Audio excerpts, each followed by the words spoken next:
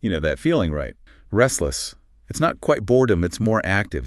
And we usually think the solution is just to feed it, right? Get the new gadget, refresh the feed. But I've been going through this transcript from Ron W Rathbun. He's the founder of the Kelee, which is this whole approach to meditation and philosophy. And he kicks things off with an idea that, honestly, it just stopped me in my tracks. He suggests that this whole hunt for the new is right, but we are looking in completely the wrong direction. He's basically saying we're all obsessed with what's new outside, but the only thing that actually satisfies that is what's new inside. See, and at first that sounds a bit like a nice slogan for a bumper sticker. Look inside. But when you actually dig in, he's getting at something much more technical about how we perceive things. He talks about a depth of feeling. He says, more important than what we see new outside is what we see new inside ourselves. Well, think about what that implies. If you're constantly scanning the horizon for the next thing, the next reward, the next threat, you are living completely on the surface. You're just skimming. Rathbun's point is the spiritual path, as he calls it, isn't about going somewhere. It's about reversing that flow of attention. It's realizing your internal world is dynamic, new, but we miss it. We're too busy staring at our screens. Okay, but we live in a world that demands we look outside. If I don't look outside, I get hit by a bus or, I lose my job. So is he just advocating for a total withdrawal from the world? He says the goal is a place where how you feel about yourself has nothing to do with anything outside yourself. And that is the really radical part of his argument. And no, I don't think he's saying you should, walk into traffic. He's talking about emotional cause and effect. Right now, for most people, that arrow goes from the outside in. The world pushes, you react. The market drops, you panic. Your boss gives you a compliment, you feel good about yourself. So we're basically just reactive mechanisms. We're mirrors. And this gets us to the most dense and, for me, the most fascinating part of this whole transcript. He uses this phrase. Reflective quality. The reflective quality of what isn't you. I stared at that sentence for, I'm not kidding, like 10 minutes. Your sense of yourself isn't based on the reflective quality of what isn't you outside yourself. It's a total riddle. It is, but let's break it down. Think about how we build our identities. We don't usually experience us directly. We experience ourselves through reflections. You know you're a good employee because you see it reflected in your boss's praise. You know you're successful because you see it reflected in your house or your car. Right. So the what isn't you is the car, the boss, the job title. Correct. They're all external objects. They are not you, but they have this reflective quality. They bounce an image back at you. And we fall into this trap of thinking we are the reflection. We look at the car and think, that's me. Yeah. I'm that person. Exactly. But the car is just a machine. And if that car gets towed or you lose the job, what happens to that identity? It shatters because you weren't standing on your own foundation. You were leaning on a mirror. And what Rathbun is saying is that as long as your sense of self is tied to these external reflectors, you are, by definition, unstable. This sounds a lot like that old sociological idea, the looking glass self. The whole concept that I am who I think you think I am. It's just exhausting when you say it out loud. It is exhausting. And think about how vulnerable that makes you. If your well-being depends on that mirror, you are totally at its mercy. If the mirror breaks, or even if the lighting just changes, like public opinion shifts or you lose your status, you don't just lose a thing, you lose yourself. And that's terrifying. It explains why people have these complete identity crises when they retire or after a divorce. It's not just that the activity is gone, it's that the main mirror they were using to see themselves has been taken away. Which is why Rathbun says if you're building on that reflective quality, you're building on what isn't you. You're just renting your identity. He wants you to own it outright. Okay, so let's talk about the ownership model then.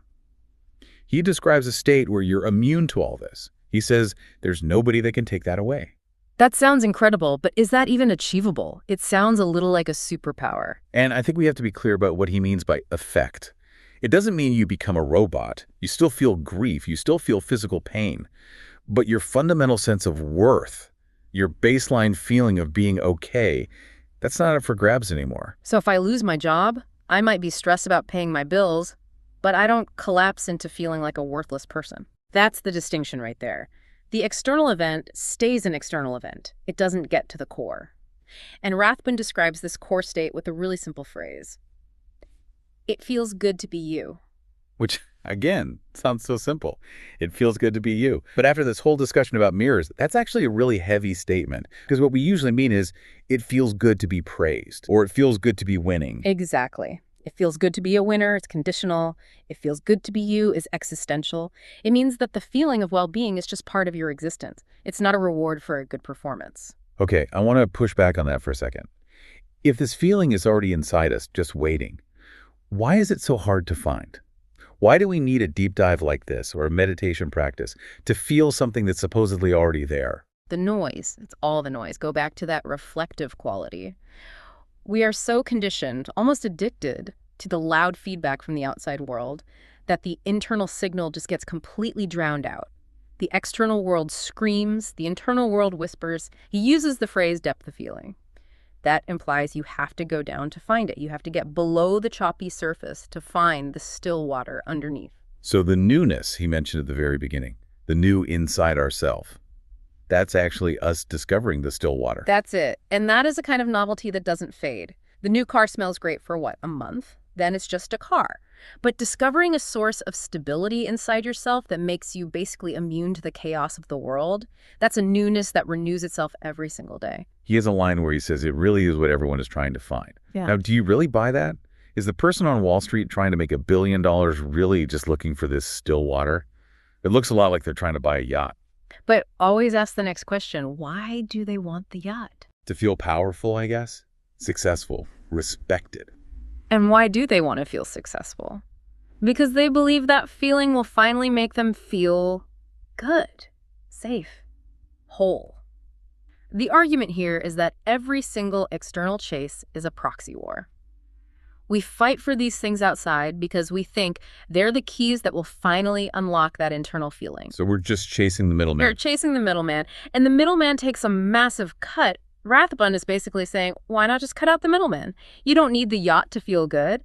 The feeling itself is the destination. You can go there directly. That's a pretty scary idea for an economy that's built on selling us mirrors, isn't it? If everyone figured that out, the GDP would probably tank. Or maybe we'd just engage with the world in a healthier way. You'd still do your job, but you wouldn't be desperate about it. You'd still have relationships, but you wouldn't be so clingy because you're not using the other person to prop yourself up. That brings us back to that idea of like invincibility. He says this place can't be affected by the world outside yourself. Let's make that practical for a second. Say you're in a high-stakes meeting. It's tense. People are criticizing your work. In the normal reflective model, that criticism is a direct attack on your being. Your fight or flight kicks in. You get defensive, you get angry, or you just shut down. The external event is controlling you. And in this other model, the Rathbun model. In that model, you hear the criticism, you evaluate it as data. Okay, is that a valid point? Is the work flawed? Fine, I'll fix it. But your heart rate doesn't go crazy. Your self-worth doesn't take a hit. You're observing the storm from inside a lighthouse. You're not drowning in the waves. So that's where the real power is. It's not power over other people. It's power over your own reaction. It's sovereignty, total independence of feeling. Independence of feeling. I like that. It's Declaration of Independence for your own line. So, okay, if we accept this idea that we need to move from external reflection to internal feeling, what's the first step? How do we actually do it? In this particular text, he really focuses on the observation part. What we see new inside ourselves. That word see implies the first step is just paying attention. Stop looking out the window for 5 minutes and, just start noticing where your sense of self is actually coming from. Like a diagnostic check? Exactly. The next time you feel a big spike of emotion, good or bad, just trace it back. Why did I just feel that? Did it come from a mirror? Did I feel good because someone liked my post? Did I feel bad because I got cut off in traffic? Just seeing the strings is the first step to being able to cut them. This entire philosophy is about subtraction. Subtracting the mirrors. Subtracting the dependency. And that subtraction leads to clarity. When you clear out all the clutter of what isn't you, what's left over is you. And the big surprise is that what's left isn't empty. It actually feels good. That's a really optimistic take for a philosophy that pretty much says everything you value is probably a distraction. It is optimistic. It suggests that our core, underneath all the conditioning and the anxiety, is fundamentally okay. We don't need to be fixed. We just need to be found. Finding yourself. We use that phrase so lightly, don't we? I'm going to travel for a year to find myself. And Rathbun would just say, you can't find yourself in Europe because Europe is outside of you. You can only find yourself inside yourself. Well, that saves on airfare, I guess. It's the cheapest trip you can take and also the hardest. I want to leave our listeners with a thought. So picture this. Tomorrow morning, you wake up, but the world has changed in a very specific way. Every single external marker of who you are is just gone. Your job title, vanished. Your bank account, zeroed out. Social media, wiped clean. And your friends and family, they don't offer you any recognition, no praise, no blame, just a blank slate. All the mirrors are covered. In that total silence, who are you? Is there anything left? Or was your entire sense of self just a collection of those reflections? If that scenario fills you with panic, that's the dependency he's talking about. But if you can imagine sitting in that silence and still feeling something, a quiet sense of, I am here and that is enough, that's the state he's pointing to. That's the new insight. That's the only thing that's actually real. It's a thought to end on. Who are you when the lights are out? It's the one question that answers everything else. Thanks for taking this deep dive with us. This was a real mind bender. Always a pleasure. We'll catch you on the next one. Take care of yourself.